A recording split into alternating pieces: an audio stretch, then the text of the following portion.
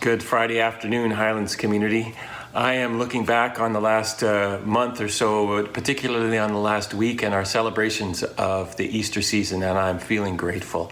I am looking back at the way in which we remembered the story from Palm Sunday and through Maundy Thursday Seder via Zoom and Good Friday, and then this glorious celebration of Easter, and the way in which we remembered the story. And I'm looking back on the way in which we're living the story that we're living right now together as a church community. And I'm also feeling grateful. I'm grateful for the way in which we are allowed, we have the resources to sink deep into the story by singing it, by telling it, by reading it, by praying the story of our gospel and the God at the center of it. I'm also grateful for the way in which we have resources to sink into the story we're living, because we have each other, because we have a church community to live through it with.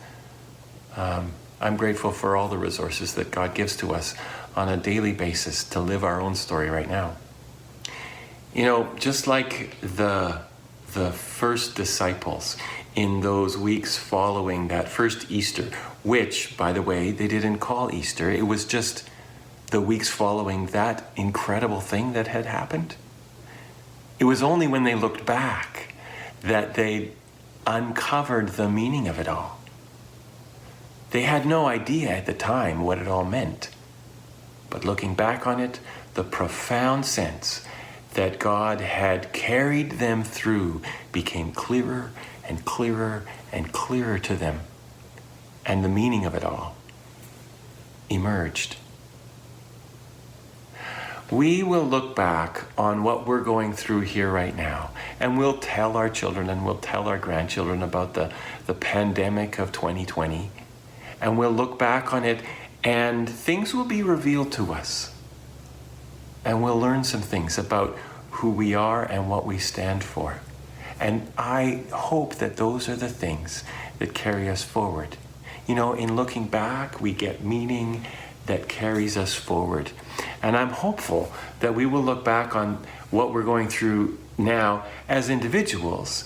And in the process of looking back on this, we will know ourselves more deeply and more honestly. And that knowing will propel us more faithfully into the future. I am hopeful that as a church community, we will look back on this experience that we're going through separately together. And we will know more deeply what's important to us, why we are who we are, why we gather the way we do, and what's the rich blessing in the midst of it.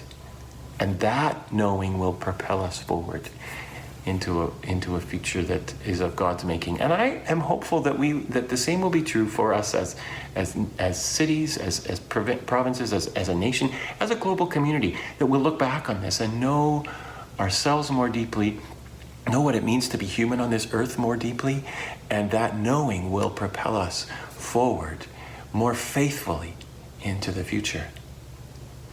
In the meantime, I want to invite you to live forward in the story, to gather again on Sunday and to tell another little piece of the unfolding story of our gospel. And that in telling that story, we will once again celebrate this resurrecting, life-changing God who gives meaning to our lives and propels us faithfully into our God-given future. So we'll see you on Sunday.